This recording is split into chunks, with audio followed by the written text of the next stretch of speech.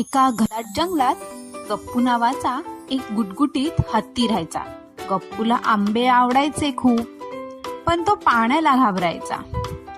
त्याचे मित्र मिनी माकड आणि टोटो पोपट रोज नदीत आंघोळ करायला जायचे बरं. पण गप्पू तो मात्र पाण्यात कधीच नाही जायचा. तो म्हणायचा, नाही रे बाबा, जर मी पाण्याला स्पर्श केला तर मी साखरेसारखा विरघळून जाईन. एके दिवशी काय झालं, गप्पू समोर एक समस्या उभी राहिली. त्याच्या अंगाचा इतका वास येत होता की सर्वच प्राणी आपली नाक धरू लागले.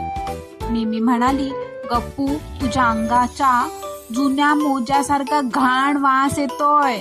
आणि टोटो म्हणाला, आमच्या सोबत आंघोळीला चल, नाहीतर एकटाच राहा. तेव्हा गप्पूला एक युक्ती सुचली. तो गपचूप जवळच्या गावात गेला आणि तिथल्या एका दोरीवर वाळत घातलेला भला मोठा पायजमा घेऊन आला.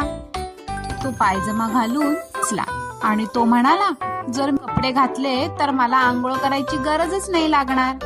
आता मात्र गप्पू पायजमा गॉगल घालून जंगलात फिरायला लागला. सगळे त्याकडे बघायचे. अगदी वाघ सुद्धा हळूच म्हणाला, हा हत्ती माणसांसारखा कपडे घालून का फिरतोय? तेवढ्यात जोराचा सुरू झाला. गप्पू धावू लागला. चिखलात त्याचा पाय घसरला आणि गप्पू धपकन पडला.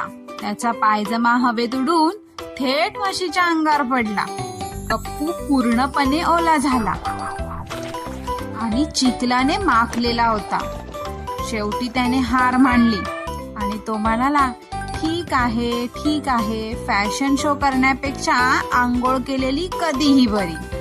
त्या दिवसापासून गप्पू दररोज आपल्या मित्रांसोबत नदीवर जायचा आणि मनसोक्त आंघोळ करायचा.